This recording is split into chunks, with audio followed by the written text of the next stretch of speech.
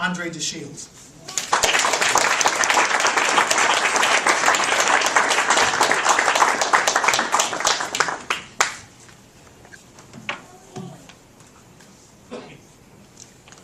The following report carries this dateline.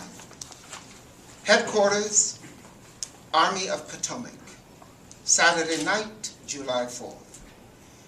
It was filed the day after the largest and bloodiest battle in the history of the world, Gettysburg, by Samuel Wilkerson. This New York Times correspondent had rushed to the scene in search of his son, First Lieutenant Bayard Wilkerson, only to find instead his dead body, a casualty of the first day of fighting. Here is some of what the Times published from Wilkerson's pen on that Independence Day, 1863.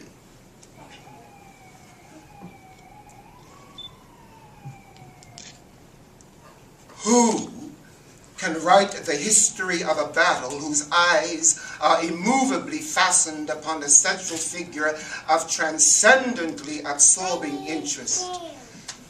The dead body of an oldest born, crashed by a shell in a position where a battery should never have been sent, and abandoned to death in a building where surgeons dared not to stay. The list of killed and wounded, the losses of officers, men and horses, and the marvelous outspread upon the board of death of dead soldiers and dead animals, of dead soldiers in blue and dead soldiers in gray, more marvelous to me than anything I have ever seen in war, are a ghastly and shocking testimony to the terrible fight that none will gainsay. That corps will ever have the distinction of breaking the pride and power of the rebel invasion.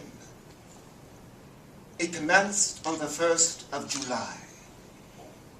Suddenly, the firing on the east side and everywhere about our lines ceased.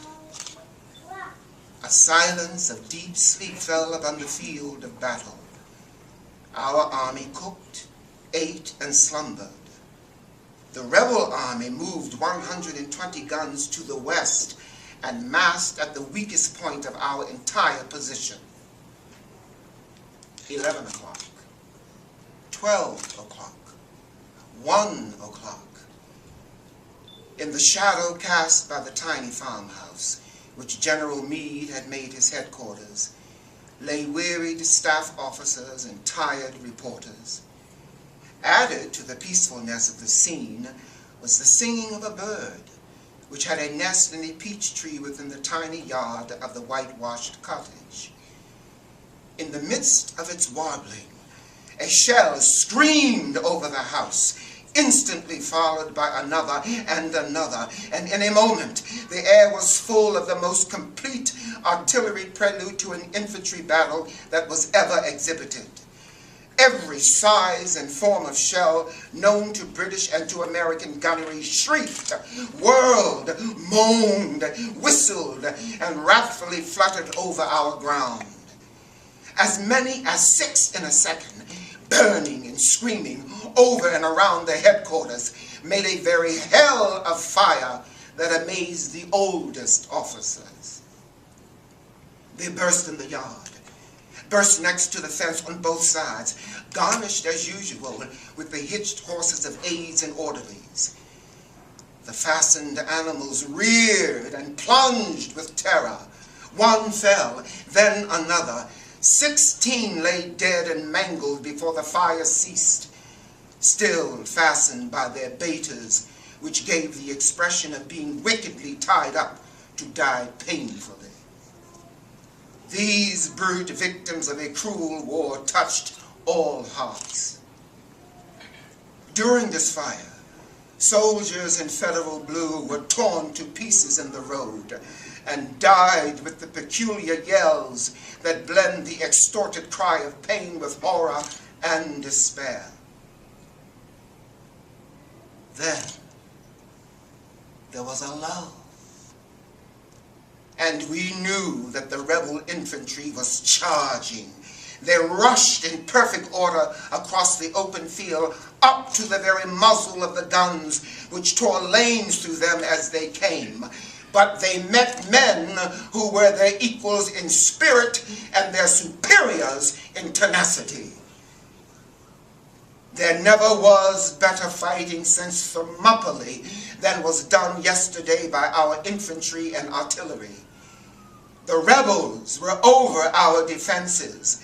They had cleaned cannoneers and horses from one of the guns and were whirling it around to use upon us. The bayonet drove them back.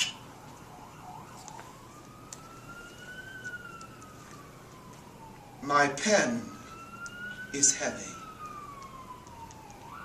Oh, you dead who at Gettysburg have baptized your blood the second birth of freedom in America. How you are envied.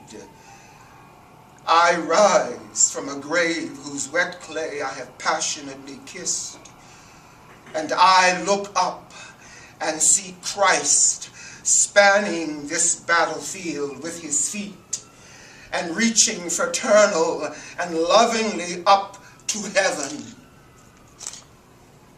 His right hand opens the gates of paradise. With his left, he beckons these mutilated, bloody, swollen corpses to ascend. Signed, Samuel Wilkerson, The New York Times.